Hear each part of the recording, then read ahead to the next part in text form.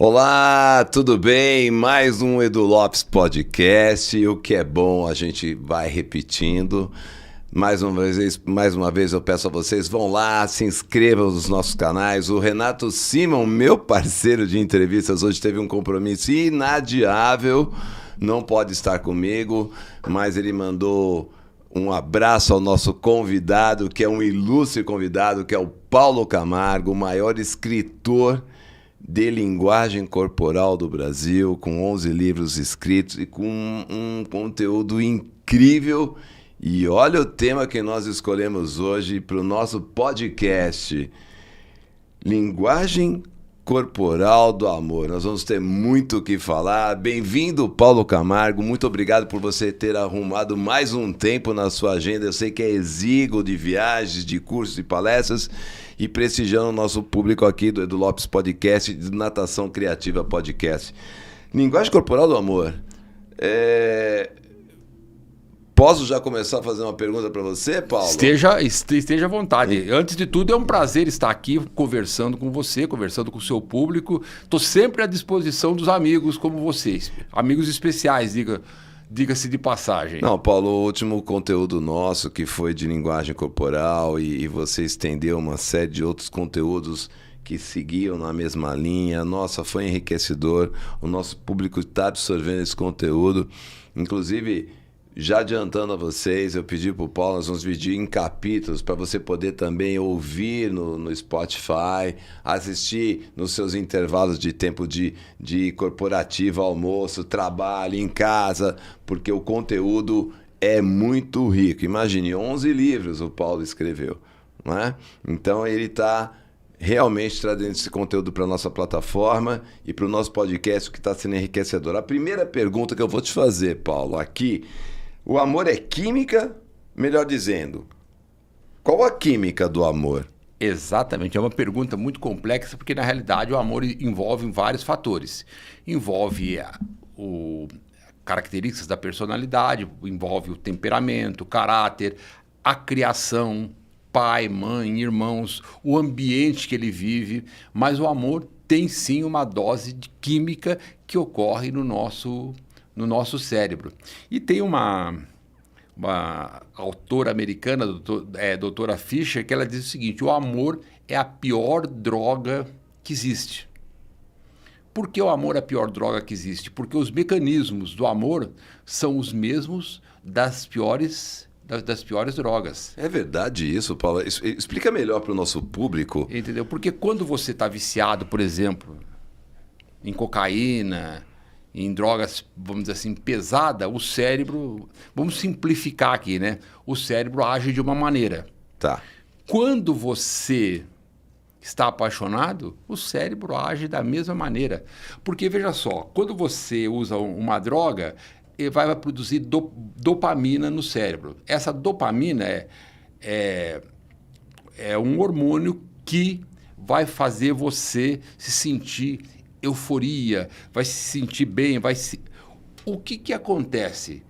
Você vai querer sempre mais. Quando você está apaixonado, o cérebro produz dopamina automaticamente, entre outras substâncias.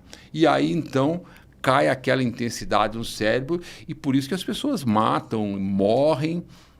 Matar por amor para mim não existe, né? Mas matam por estarem apaixonados e morrem por amor. Morrer por amor é mais fácil. Nossa, então o amor, olha só que interessante. Por isso que eu acho que o Paulo é uma pessoa incrível. O amor também é um processo, não é o amor que nós simbolizamos, né? A gente está falando de paixão.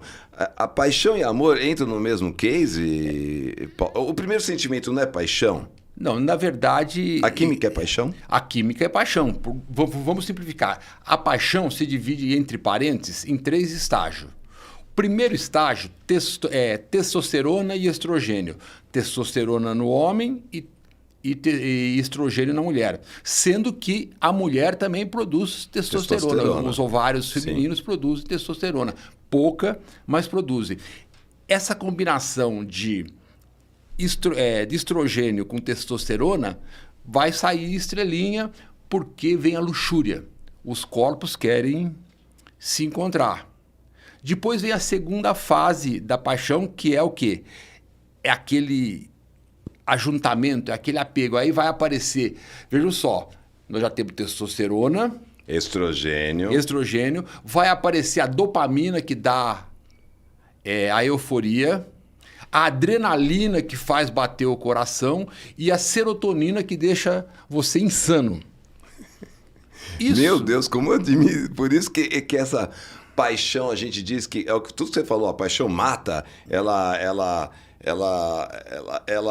cria uma obsessão, uma dependência, é um processo químico. É um processo químico do organismo. Semelhante à droga. E nós temos a parte do cérebro córtex pré-frontal. No adolescente ele não está totalmente desenvolvido, ele vai chegar ao seu desenvolvimento, depende, variando lá pelos 21, 22, no início da primeira idade adulta. Então, só para tentar não perder uma ideia que você me falou aqui, o adolescente, o processo da paixão, essa química e essa parte hormonal do adolescente, ela reage diferente de quem já está pronto? Isso? Parecido, vamos dizer mas o adolescente ele ainda não tem o córtex pré-frontal que media nossas funções cognitivas, certo? Como ele não tem isso desenvolvido, a hora que cai essa bacia das almas de hormônios, ele não sabe trabalhar com isso. Então ele tem euforia, ele na segunda fase da paixão ele não dorme, não come, entendeu? O adolescente fica com aquela cara de bobo, apaixonado, porque ele não sabe manejar com essa quantidade de química, essa quantidade de hormônios. Quanto tempo dura isso, Paulo? Olha, quanto tempo dura uma paixão? Excelente pergunta. Normalmente, nesses termos, a natureza é perfeita. O pessoal calcula aí em torno de 2 anos, mais ou menos. Por que 2 anos? Imagine só, Edu, se eu e você nós nos apaixonássemos como adolescente. A humanidade seria totalmente... É verdade, então, o adolescente ele tem esse processo de paixão e dificilmente dá continuidade, né? Você vai se apaixonar várias vezes na vida, é verdade. Mas não naquela turbulência... Não naquela intensidade nesse processo hormonal. Da adolescência. E aí você vai para a terceira fase da paixão, que é o apego. O apego, nós vamos gerar a ocitocina, que entre parênteses é o hormônio do abraço, o hormônio que aparece no orgasmo, no leite materno, no parto, que cria vínculos, entendeu? Esse é o amor? Não, é a ocitocina.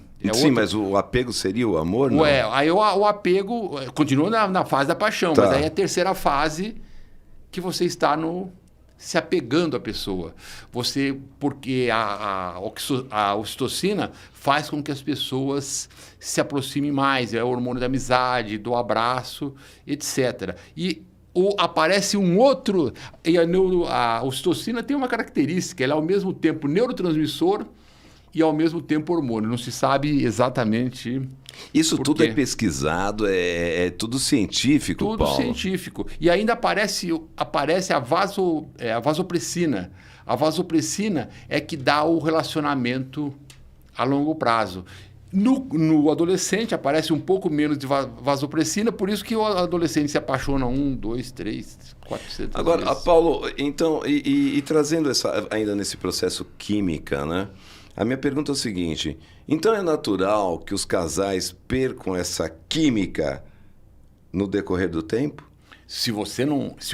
o grande quê do amor é o seguinte: se você não souber trabalhar com isso, ele vai se diluindo ao longo do tempo. A química acaba? A química acaba. O pessoal pode dizer que a química do amor acabou, mas existem casais que sabem renovar isso e levam a vida inteira. Você vê, eu já vi, é comum. Conhecemos, sim, pessoas que estão casadas há 60 anos e ainda estão se agarrando, se beijando, etc. Mas é mais difícil.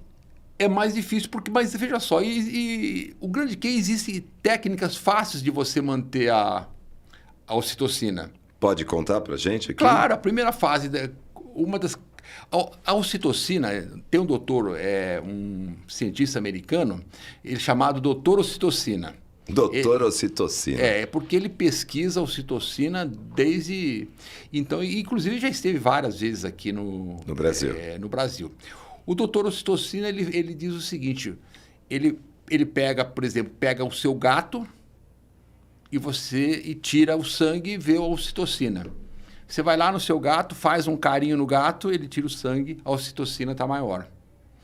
Uma das características da ocitocina é o toque. Toque o seu companheiro.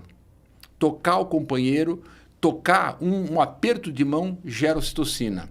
Olhar para uma criança, um bebê, tudo, olhar, sorrir para o outro, gera ocitocina. Ele fez uma experiência nos Estados Unidos, lá é diferente do Brasil. Quem ganha na loteria aparece o nome, aqui ninguém sabe. É verdade. É o Conceição, ninguém sabe, ninguém viu. Ele fez uma experiência sensacional. Ele pegou algumas pessoas que ganharam na loteria. Tá. E retirava o sangue dessas pessoas. Do momento que ganhou na loteria, retirava o sangue e media a ocitocina. Tinha um pico de ocitocina altíssimo. 12 meses depois, o pico de ocitocina estava... Lá embaixo. Lá embaixo, que eram os mesmos de antes, que eles já tinham tabulado. Era o mesmo de antes. Por quê, Paulo? Porque aquela euforia, dopamina, subiu, ocitocina. Tô bem. Pleno. E depois de um ano, ganhou na loteria. Não se renovou. Não se renovou. Quer dizer, esse encantamento, essa oportunidade, as relações e tal. Nada. Teve um... Aí ele pegou senhorinhas que tomavam café uma vez por semana. Um grupo começou uma vez por semana se reunir, tomavam café, ficavam 2 horas batendo papo. E começou a medir a ocitocina. A medir a ocitocina. Um ano depois, o pico de ocitocina dessas senhorinhas era o mesmo dos caras do primeiro mês que ganhou na loteria. Ou seja, se você tomar café com os amigos, você vai te gerar felicidade, prazer no mesmo nível que você ganhou. No mesmo nível que você ganhou na loteria. Embora você vai dizer que preferia ganhar na loteria, né? Mas a felicidade não é só dinheiro, né? Ô Paulo, ainda nesse processo de química, eu tenho certeza que o nosso público aqui vai concordar. Muitas vezes, quando você é jovem ou independente de outras situações, você encontra pessoas no seu caminho que você sente aquela química num toque. Uns falam que é sex appeal, outros criam algumas outras situações. Então, essa química é tudo hormonal. Então, eu tenho a mesma química, eu senti uma química por aquela pessoa que eu nunca vi na vida. Eu já vi centenas e milhares de pessoas, nunca senti nada, mas aquela pessoa específica, eu tive uma química. O meu corpo se comportou de uma forma diferente. Desculpa a expressão, aquele tesão que surge inexplicável. Aí tem milhões de explicações.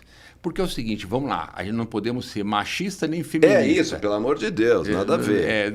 Hoje você tem que tomar muito cuidado, porque se você fala qualquer coisa, já é machista ou feminista. Não. O que acontece é quando você encontra uma mulher, ou uma mulher encontra o homem, ela vai olhar, primeiramente, ela olha e tem uma impressão que ela trouxe do pai, mãe, irmãos, de uma vivência que ela teve, Sim. etc. E aquilo vai acionar mecanismos nos cérebros, no qual ela vai gostar ou não. Porque o reconhecimento facial, a primeira coisa que diz, milhões de anos de evolução, amigo ou inimigo.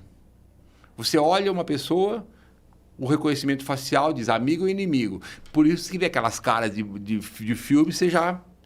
Se for uma cara agradável, que você já tem a familiaridade, você tem uma empatia com aquela pessoa. Tem uma empatia com aquela pessoa. E o corpo feminino foi feito, vamos dizer assim, para atrair o homem. Sem gênero, sem nada. Deixando até claro, né, que hoje a gente respeita muito todas as relações, né? Sim. A gente fala, quando o público tem que entender, a gente está falando numa forma generalista aqui e não excluindo nenhum, por exemplo, as relações homoafetivas. né? Do mesmo sexo, mas esse processo também dessas relações homoafetivas, o comportamento químico é o mesmo? O comportamento químico praticamente... É isso que eu quero deixar claro aqui. Então, por exemplo, as relações entre mulheres, entre homens, enfim, o processo químico do corpo, a reação é sempre a mesma que tanto homem como mulher, aí mulher como homem. Aí é uma questão puramente de escolha. Tá. É uma questão perfeito. Eu só estou falando em termos da química e hormonal dentro do indivíduo. Cada um escolhe o que quiser certo. na vida. Não, mas o processo hormonal a química é a mesma. O processo hormonal, química independente é a mesma. dos estudos que foram feitos de uma outra forma. Evidentemente que a gente... Aí, veja só, é que às vezes o pessoal não compreende. Estou trazendo polêmica, mas a gente está deixando evidentemente, aberto. Por exemplo, que a mulher produz testosterona. Umas mais, outras... Tá. Outras menos. Então, o homem também produz um pouquinho de estrogênio, mas mais, entendi. Mais e menos. E aí o comportamento é diferenciado dentro desse todo que você está trazendo. Exatamente. Sendo que as mulheres são mais sensíveis às variações de hormônios. Isso aí não precisa nem diga para qualquer mulher que ela sabe que... Tá. Mesmo porque tem esse período hormonal delas, né? Uma briga no consultório... No período... gera um estresse, joga... Veja só, sobre estresse, joga cortisol no corpo feminino, desregula todo o ciclo hormonal da mulher. Mas voltando ao caso, entendeu? Quando você olha para uma mulher, o corpo feminino foi feito para atrair o homem. Senão, sem ser machista, as mulheres não pintavam a ponta do dedão com o esmalte XPTO e usa na ponta do cabelo o shampoo XM345 para não dividir ponta. Então, o corpo feminino foi feito para atrair o homem. Entendeu? Todo o corpo feminino ele é feito para atrair o homem, graças a Deus. Entendeu?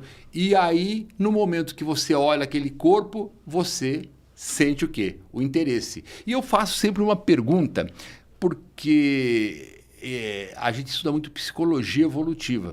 Quando você olha, quando uma mulher, eu faço para as mulheres não concordam. Qual é a parte do corpo do homem que a mulher olha quando resolve se casar com ele? Se casar? Vai, se casar. Não, tudo bem, se encantar. Casar. Quando ela resolve casar. Ter um relacionamento, ter filhos, etc. Tudo bem, esse é o homem para minha vida, é isso que você está dizendo. Qual é a parte do corpo? Olha, eu sinceramente desconheço. Quando eu falo... A mulher vai discordar. A reação... Olha, mulheres, a discórdia polêmica aqui que o Paulo está trazendo. A reação é meio esquisita. O bolso. Olha... Simbolicamente o bolso. Simbólica. A condição financeira que ele tem? Ela faz o seguinte. A hora que ela olha para o rapaz, ela olha para o bolso, é simbólico, né? Simbólica. Ela faz um cálculo. Esse cara tem energia física, esse cara pode me proteger, esse cara vai proteger minha prole, meus filhos, e se um dia eu faltar, ele vai tomar conta dos meus filhos. Então, e nós vamos crescer juntos. Quer dizer, quando você fala bolso, olha, mulheres, entenderam o que o Paulo falou? Mas é um bolso geral, né? Quer dizer, você geral. tem a sua condição física, que ela gostou do homem fisicamente, ela fez um apanhado. Tem um cientista americano chamado Robert Sternberg, ele criou o triângulo do amor, né? Triângulo do amor. Que é uma coisa sensacional. O triângulo do amor é o seguinte, a base do triângulo... que a mulher, que os homens dos relacionamentos feminino e masculinos, a base é status e saúde. A mulher escolhe, e os homens, na maioria das vezes, por status. Por isso que você vê homens com status maiores, não importa a beleza. O status e a saúde são importantíssimos. Para a mulher. Para o homem também. O homem também sente essa pesquisa... O status, porque veja só... Nós estamos na Terra, crescei-vos e multiplicai-vos. Pode parecer uma... O amor existe, eu acredito no amor, mas a parte física também fala alto. O status.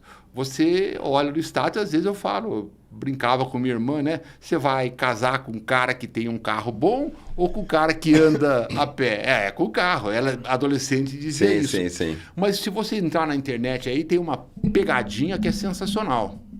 o cara convida as meninas bonitas na praia ou em outros lugares, está replicado em todo mundo, até que em São Paulo replicaram.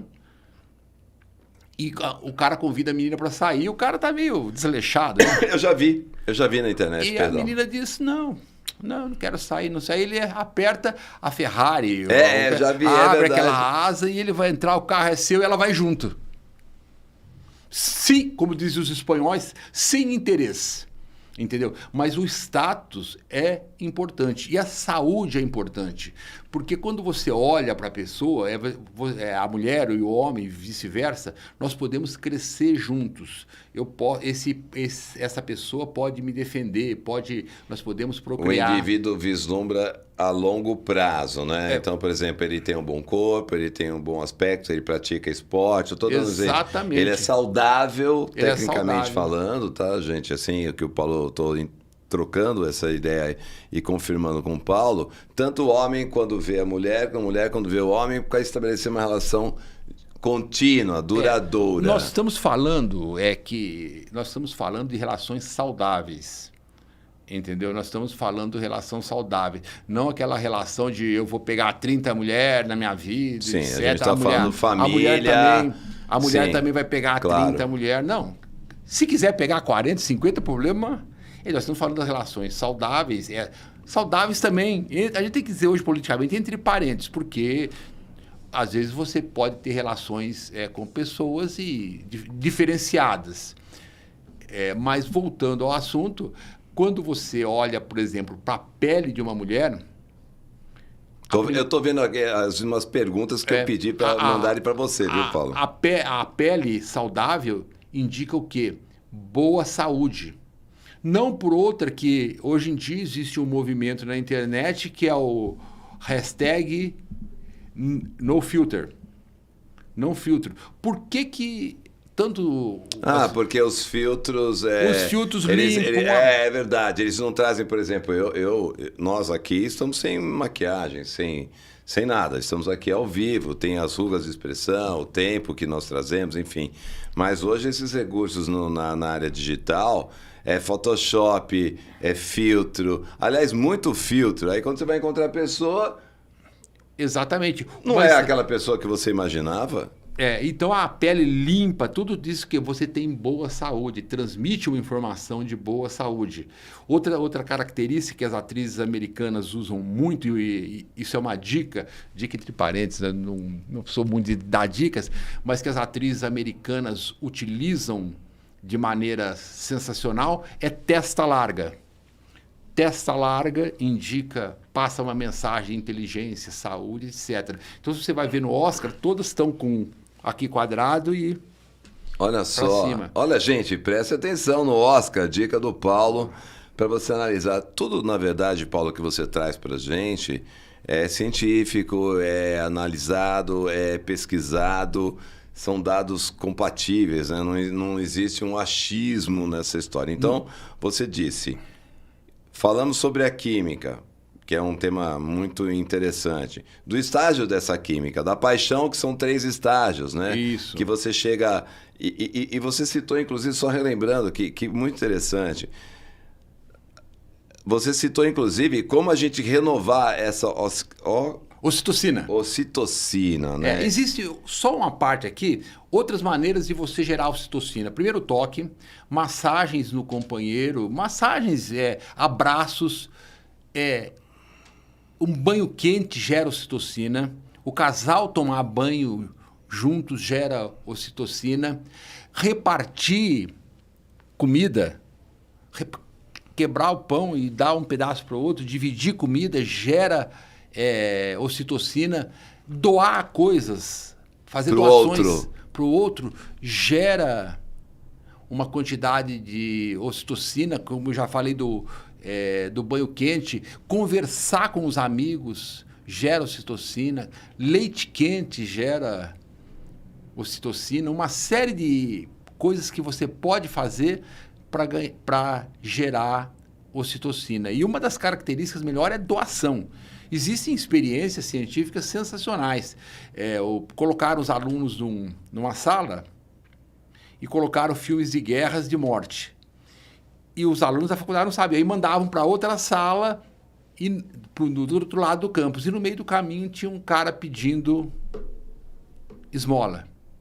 E o cara ele por aquela experiência que ele participou, ele ganhava $40. Os caras, quando atravessavam, davam $2, $3. Para quem pedia, tinha uns que não davam nada. Botaram outra turma na sala de aula e passavam filmes de amor, filmes de etc. E pagavam os $40 e mandavam para outra sala. A quantidade de doação para o ator pedindo era muito maior. Doar faz bem à saúde. Então, doe coisas. Você não precisa doar milhões que nem o Bill Gates. Você pode doar você pode doar o seu tempo para a pessoa. O seu tempo, claro. Você pode doar algo abstrato. Claro. Carinho, atenção. O seu tempo, atenção, entendeu? Tenha pequenos animais em casa, tome conta dos animais, entendeu? Agradeça. Agradecer. E hoje tem um movimento que eu até exagero, gratidão, né? Mas agradeça que gera ocitocina. Eu peço sempre para fazer uma experiência tranquilo. Faça assim com as mãos. E agora olhe sua face. É um símbolo de agora, doação. Faça assim, acuse alguém. Agora, veja que aqui a face, de imediato, já causa estresse, tensão. Doe, então. Sorria. Olha que incrível. As pessoas que sorriem dizem que, para cada artigo científico que se faz, dizendo uma coisa, aparece um outro querendo contestar. Você já trouxe isso naquele nosso último encontro, né? Mas as pessoas que sorriem, a tendência é viver mais. Ô Paulo, deixa eu te fazer uma pergunta dentro dessa química. E o casal que perdeu já a química e se tornou, entre aspas, só amigos, eles conseguem, depois de um processo longo sem ocitocina, reverter isso e ainda trazer a ocitocina presente e resgatar esse sentimento, mesmo depois de anos? Excelente pergunta. Nós vamos falar nos próximos blocos sobre o triângulo do Sternberg, do Robert Sternberg, das 3 pontas do triângulo, os tipos de amor. O amor romântico, entendeu? O amor romântico, a luxúria e o companheirismo. Você pode transitar entre os 3. Então, vamos fechar esse bloco. Paulo, anuncia então o nosso próximo tema do bloco. O Triângulo do Amor, do Robert Sternberg. Então não percam agora no nosso próximo bloco com o Paulo Camargo aqui no podcast do Lopes Podcast, o Triângulo do Amor com Robert Sternberg. Robert Sternberg. É isso? É isso. Muito bem, um abraço. Eu só quero um pouco.